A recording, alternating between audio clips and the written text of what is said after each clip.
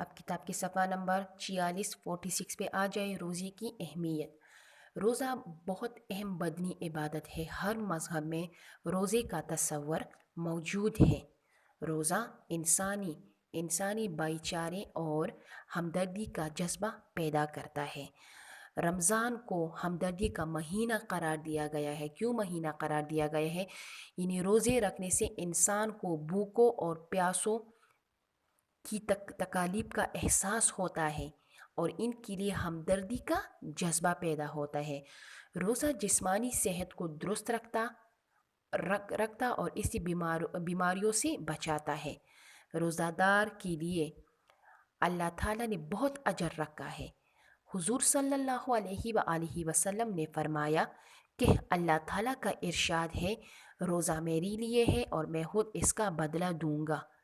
یعنی اسٹوڈنٹس، روزہ انسان کو نیکی کے راستے اور برائی کے راستے پر ڈالنے والی اہم چیز خواہش نفس ہے۔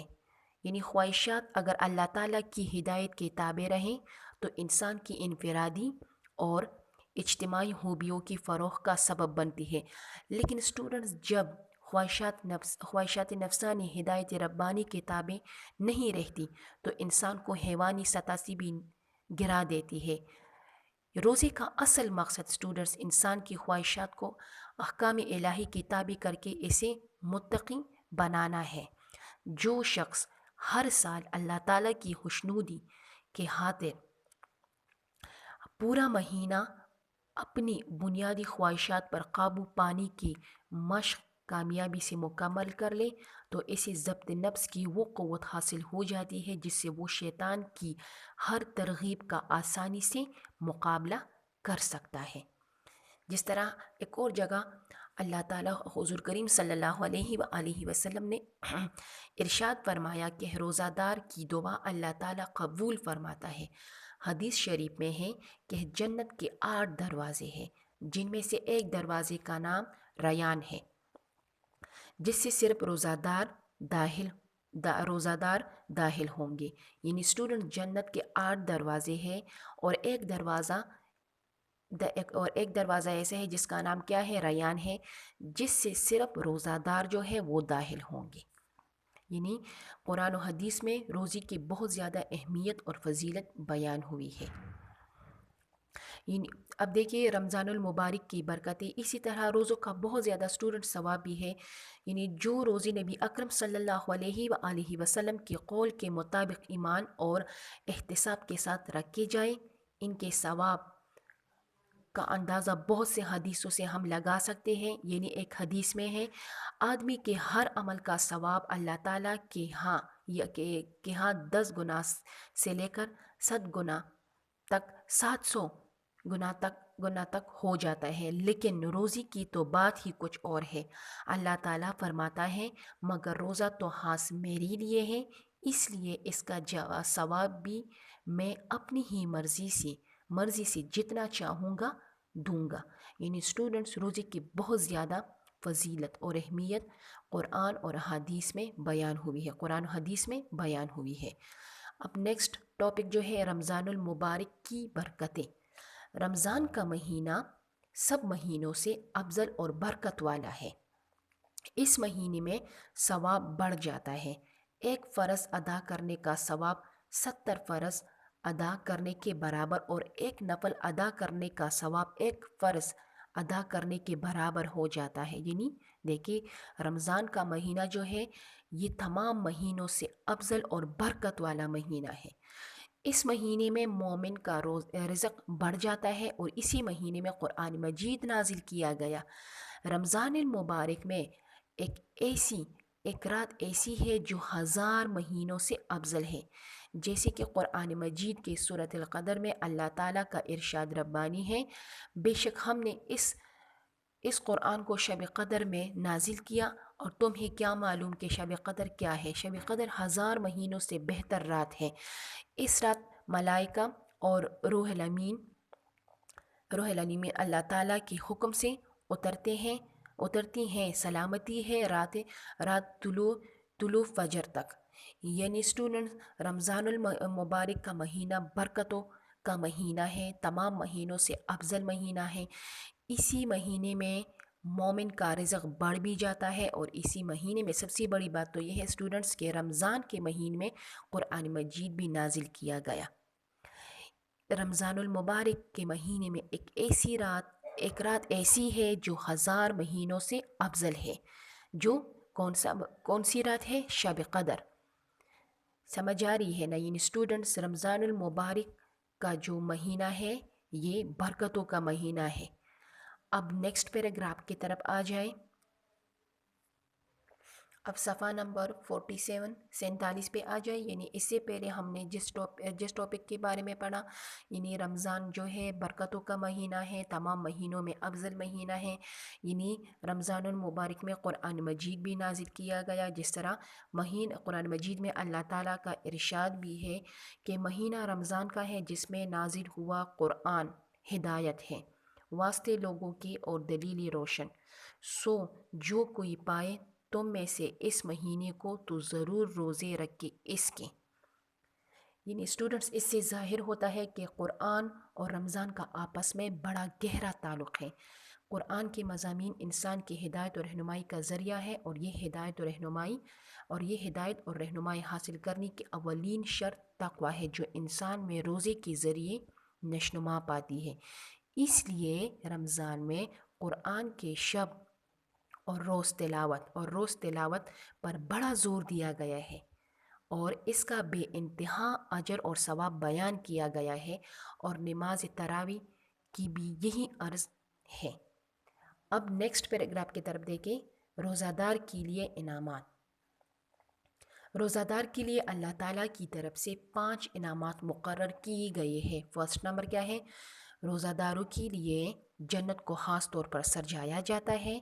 روزہ داروں کو گناہوں سے محفوظ رکھنے کے لیے سرکش شیاطین کو قید میں جکڑ دیا جاتا ہے۔ روزہ دار کے منہ سے آنے والی بو اللہ تعالیٰ کے نزدیک مشک کی خوشبو سے زیادہ پسندیدہ ہے۔ یعنی اکثر ہم یہ لوگ کہتے ہیں کہ فلاں بندے کے منہ سے بو آ رہی ہے، لیکن یہ بو جو ہے یہ اللہ تعالیٰ کی نزدیک مشک کی خوشبو سے زیادہ پسندیدہ ہے۔ روزہ دار کو رمضان المبارک کی آخری رات معاف کر دیا جاتا ہے۔ روزہ دار کے لیے دریا کی مچھلیاں دعائی کرتی ہے۔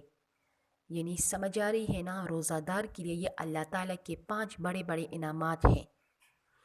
پھر روزے کے فائدے۔ یعنی یوں تو اسٹوڈنٹس رمضان مبارک پوری دنیا کے مسلمانوں کے لیے رحمت اور مغفرت کا مہینہ ہے، لیکن ہم پاکستانی مسلمانوں کے لیے اس مہینہ اور اس کی ایک مبارک شب کی خاص اہمیت اس وجہ سے بھی ہے کہ اللہ تعالیٰ نے اس مبارک رات میں ہمیں آزادی عطا فرمائی تھی۔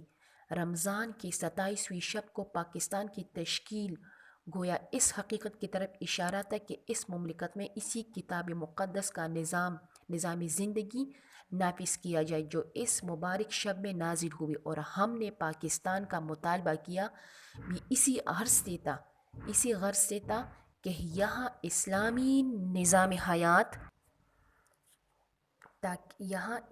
نظام حیات نافذ کیا جائے۔ اب نیکسٹ پیراگراف کی طرف دیکھیں۔ اچھا، نیکسٹ پیراگراف ہے روزے کے فائدے۔ فرسٹ نمبر کیا ہے؟ روزہ تقوی اور پرہیزگاری پیدا کرنے کا بہترین طریقہ ہے۔ پھر سیکنڈ نمبر، روزہ برائیوں اور گناہوں کے خلاف ڈال ہے، یعنی ہمیں برائیوں اور گناہوں سے بچا کے رکھتے ہیں۔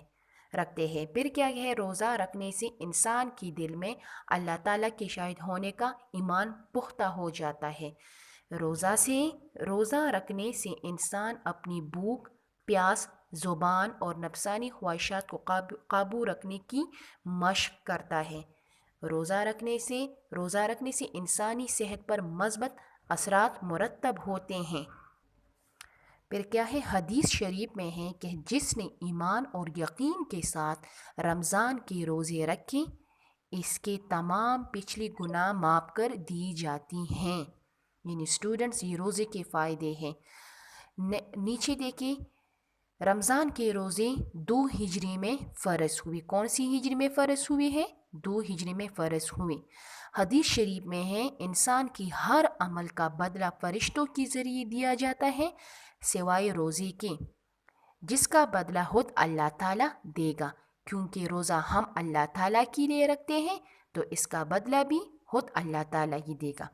تو اسٹوڈنٹس، آج کے لیکچر میں ہم نے روزے کے تعارف یعنی سبق نمبر 5 کی پڑھائی پلس وضاحت کی. انشاءاللہ پھر نیکسٹ لیکچر میں ہم سبق نمبر 5 میں جو مختصر سوالات ہیں اس کے جوابات لکھیں گے. تو آج کے لیے اسٹوڈنٹس اتنا کام کافی ہے.